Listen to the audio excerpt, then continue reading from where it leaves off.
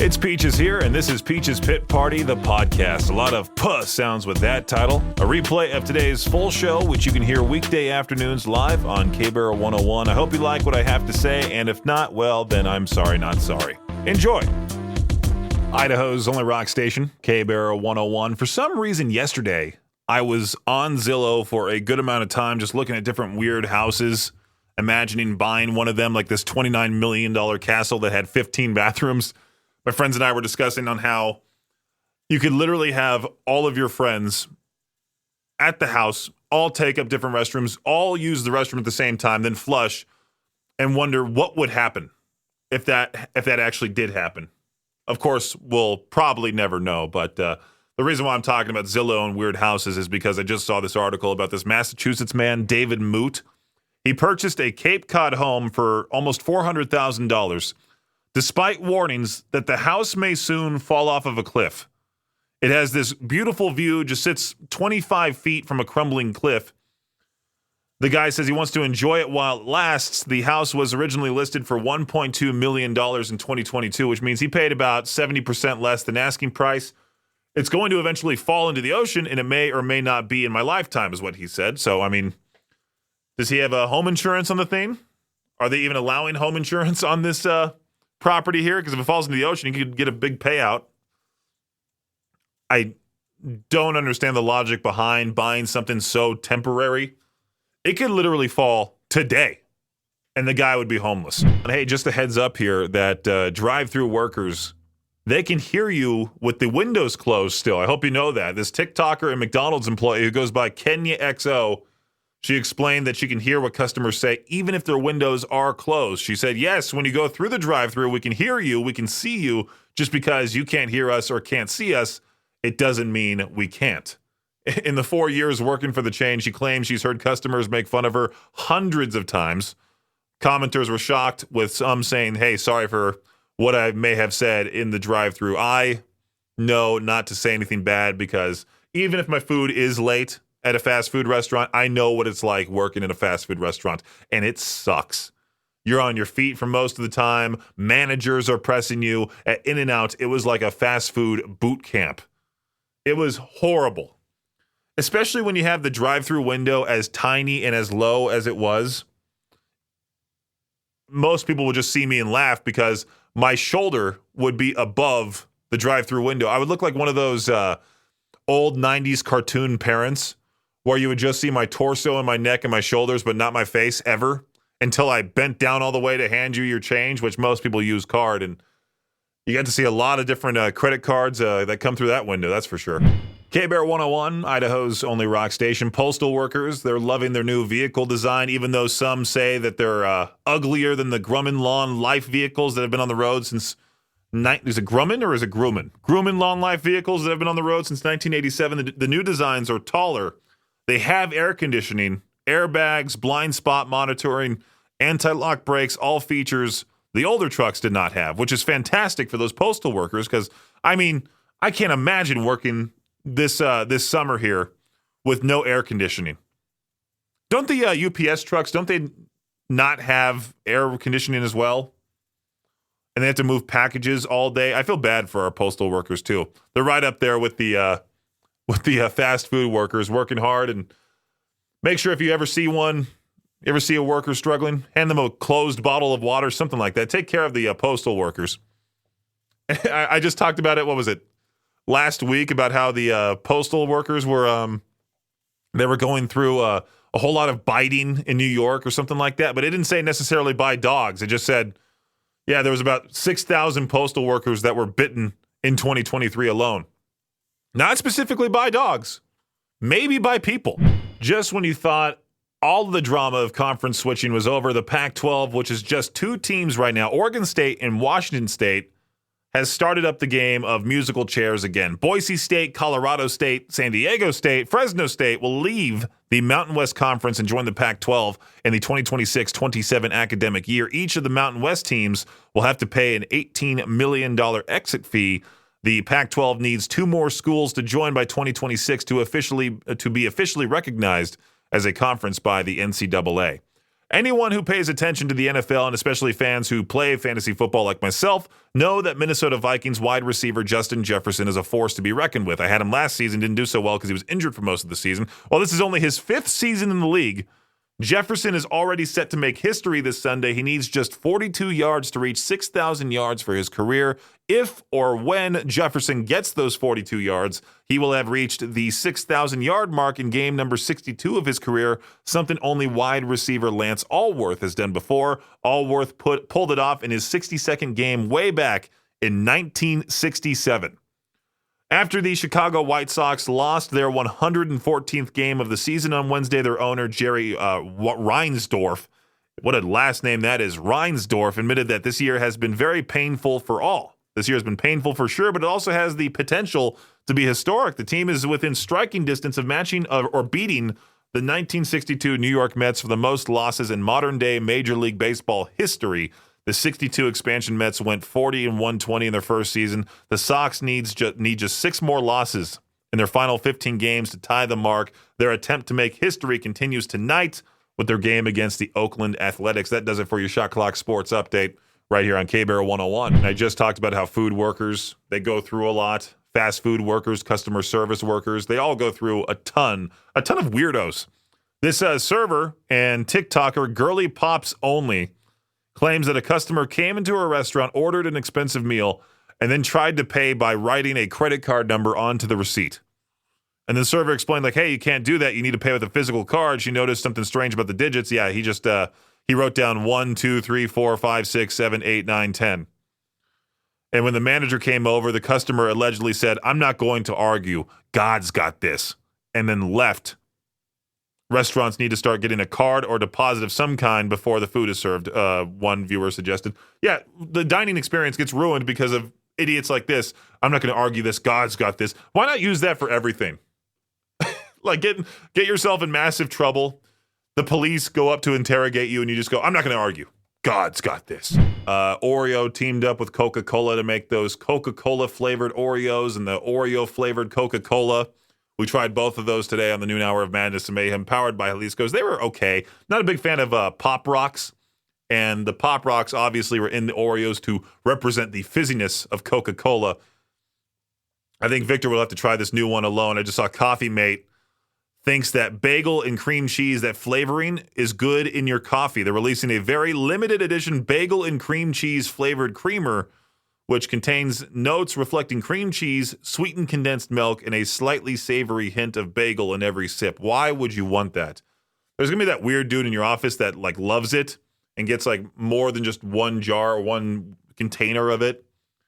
It's available online. Are they already sold out? It's a first come, first serve. No, it's dropping September 13th today, 19th, 30th, and 13th, 19th, and 30th of this month at 12 p.m. Eastern time for each of the days. And it looks like it's free. Oh, it already dropped today, of course, and it's sold out completely. Yeah, you just got to have a timer. Who's willingly like waiting for this, having an alarm on their phone, going to the Coffee Mate website and just waiting for this to be available again? So, man, people have too much time. And this 4-year-old boy, I saw this story about this 4-year-old boy who broke a rare, priceless 3,500-year-old ancient artifact while visiting a museum in Israel last month. He's been fully forgiven, surprisingly. And as far as the museum is concerned, the incident is ancient history. Restoration experts have perfectly put all the pieces back together, and the jar dating back to the Bronze Age is back on display at the museum. In fact, the boy was recently invited back with his family for another visit. He even got a personal hands-on lesson on how the jar was put back together. And now they're going to add a sign that says, hey, please do not touch. Why was that not there in the first place? I'm sure the parents were probably off somewhere else, just doing their own thing, letting the kid run around. That's usually how it is.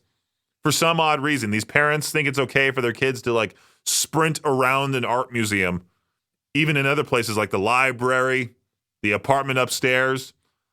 Take them to the park, have them run around, get their energy out there. And then when you take them to a place like an art museum, you go, hey, no running around in here. Stay to my side. If you don't, you're in trouble. Simple as that. And I'm sure the mom was probably like, oh, let the kids be kids. So let my kid be a kid. He's 4 years old. He doesn't know any better. Even when I was 4, I probably saw some like expensive vase and went, oh, I shouldn't touch that. I'm not a person who likes to touch things that don't belong to me. I especially get extremely frustrated when people touch things that really don't belong to them and they belong to me. Like the cloud light behind me. I brought in this little astronaut on a cloud. It's a big floofy cloud that the cloud lights up. And for some reason, when Russell was here, that guy was touching that thing left and right. And now it's like all torn apart. It looks awful. It's sitting behind me, but we have it now as a little bit of a light just to add on to the other colorful lights that we have whenever we go live on Facebook or whatever. The thing, it doesn't look like the way it used to. And it looked totally fine when it was in my place. But when I brought it here, people like Russell, for example, just for some reason started touching it. I bet Russell was that 4-year-old that broke a vase. If we somehow, I know he's back from Puerto Rico, and he lives in Pocatello now. We'll have to get him on the show one of these times to let us know how his Puerto Rico trip went. Little Russell, of course, and see if he was that kid that broke stuff for no reason at all. I was seeing two different stories here, both sort of around the same thing, about this new study that weight loss pills are more effective than getting a shot. I would never, ever, ever take a weight loss pill unless a doctor's like, hey, you need to take this. It's part of a prescription that I need to take for whatever reason. I'll never follow a fad like taking Ozempic, which is a diabetes drug. And it's like you have these celebrities out here taking it just to lose weight and look better, but they end up looking a whole lot worse. You see that Ozempic face side effect? And I'm sure there's some soccer mom or some dad out there that, they just I don't have time to work out. Let me just take a pill. And then they lose weight in the worst way possible. It's kind of like the keto diet. The keto diet was an awful, awful thing. And that was a weird trend just to drink butter coffee and eat steak covered in butter because you can't have carbs, but fats and protein are really good for you. I don't know. I just couldn't follow it. But then I was reading this terrible headline here that the CDC says America is now fatter than any point in history as obesity rates rise again. So how overweight is your state? It has a state-by-state guide of how each state, there's a percentage of obese adults by state. And I think the South led the charge. And then West Virginia had the worst. It was 41.2%. Who had the least? Colorado. Well, there you go. That's a fun fact for you. Colorado has the least obese adults. There's your bar trivia answer. K-Bear 101, how about some freak news, which you can hear, by the way, freak news powered by Grease Monkey, voted Idaho's best oil change every weekday morning, 7:45 a.m. during the Victor Wiltz Show. I was watching this video here of this ride at Dreamland Margate. Dreamland Margate's scenic railway ride. It's a 104-year-old roller coaster. And I guess during the ride, part of the track crumbled away, forcing the passenger cart to grind to a halt. It is funny because it says here, hey, it's a nice sunny day outside. Let's go ahead and take a ride on this 104-year-old wooden roller coaster. What could possibly go wrong? There was this ride called Ghost Rider at Knott's Berry Farm. It was the bumpiest wooden roller coaster ever. Then they revamped it. Took them a long time to revamp, to redo the whole thing. And now it's extremely smooth. It's one of my favorite coasters. Every time I go back to California, when I go to Knott's Berry Farm, I make sure to go on Ghost Rider. It's like the signature ride to go on there. Kind of like Cannonball at Lagoon.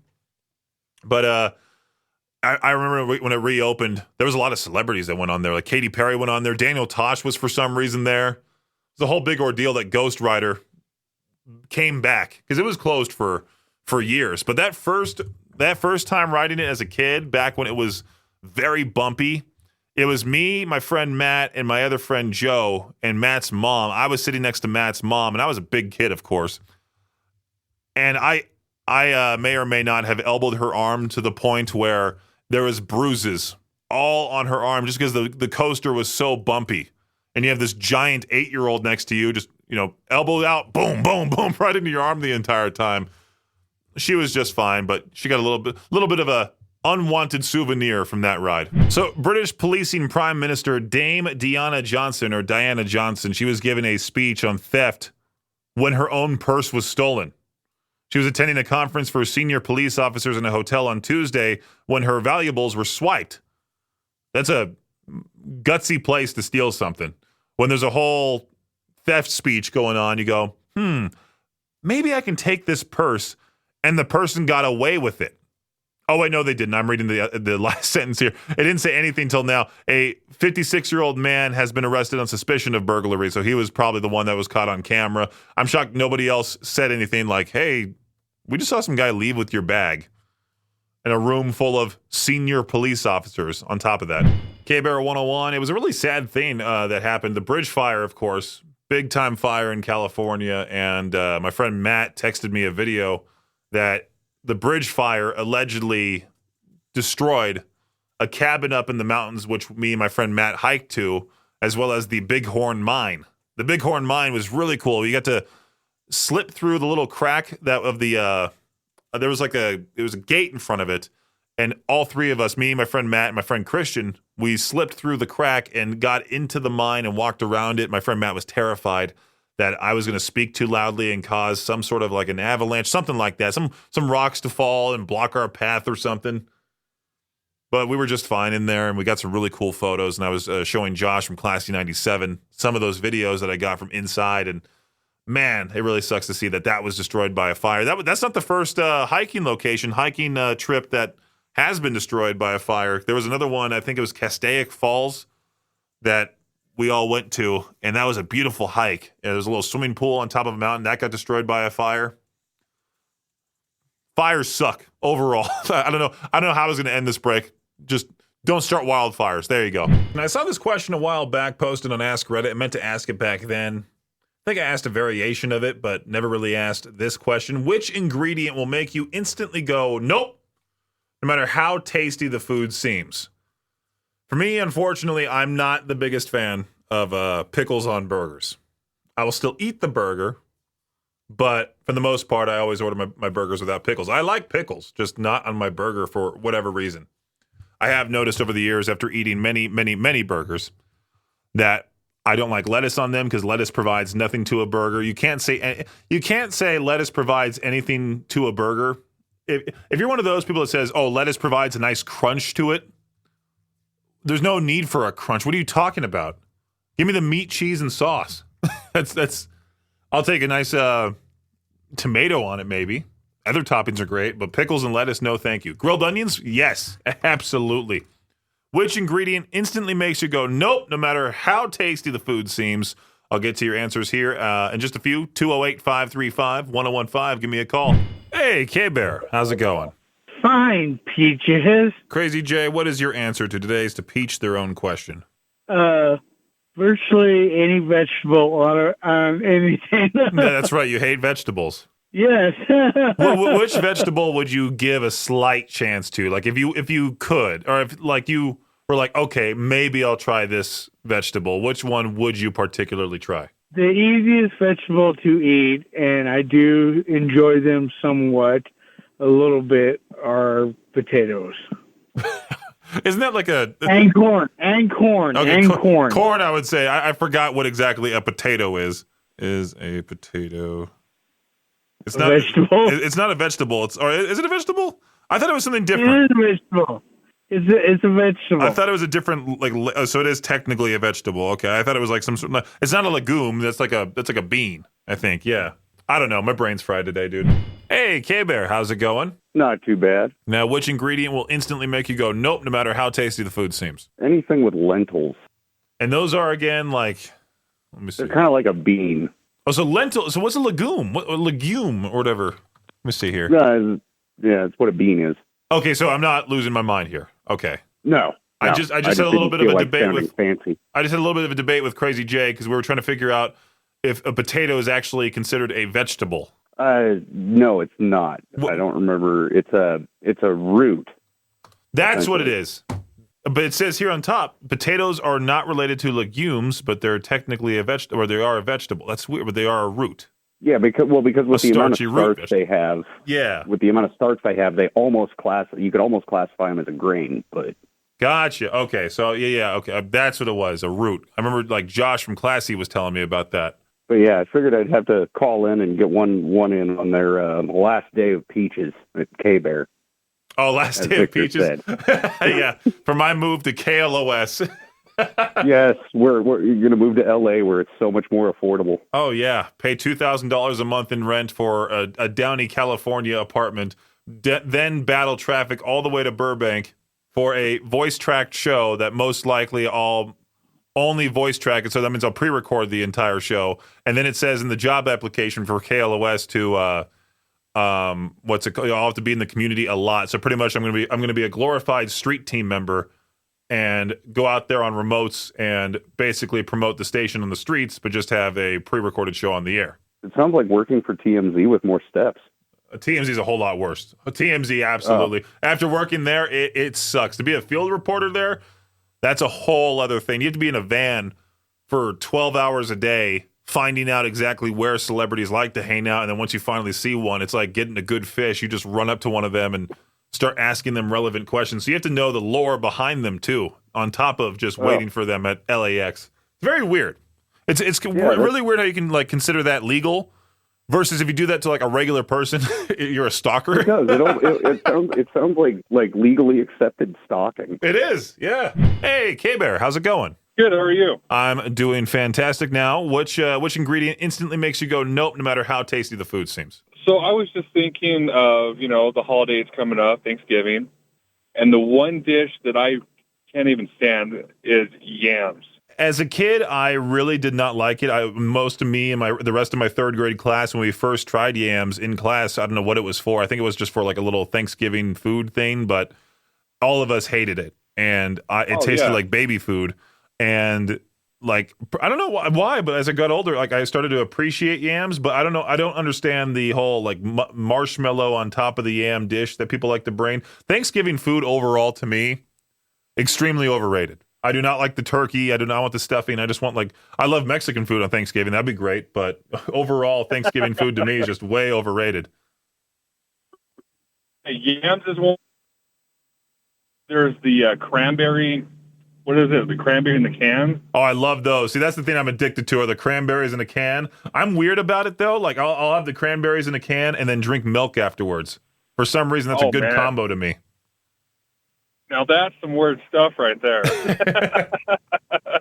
Hey, K-Bear, what's up? Oh, another day. How are you doing? Hey, doing well. It's Friday, getting through it, and almost to the weekend. That's fair. Yeah, so which ingredient will instantly make you go nope, no matter how tasty the food may seem? Brussels sprouts. They're healthy for you, but dude, that smell, and they're not one of the best vegetables, to be quite honest with you. No, they're really not. Like, I've only had Brussels sprouts prepared one way that I liked them, and it was basically they were, deep fried in bacon grease and covered in cheese, so you can really taste them. That's how you know, like, they don't taste good, is when you have to cover them with stuff like that. It's like coffee. It's like you have to really put stuff into it in order to make it actually palatable. I agree. I like a little bit of coffee with my creamer. And he gave me an idea for a new tier list to put on my Facebook page, a vegetable tier list. I have one pulled up right here, like artichoke by itself, not that great. With butter, awesome. Thanks for listening to Peach's Pit Party, the podcast. If you enjoy the show, please share, subscribe, and rate the podcast. Peach's Pit Party is hosted by me, Peaches, and is a production of Riverbend Media Group. For more information or to contact the show, visit riverbendmediagroup.com. Until next time, Peach out.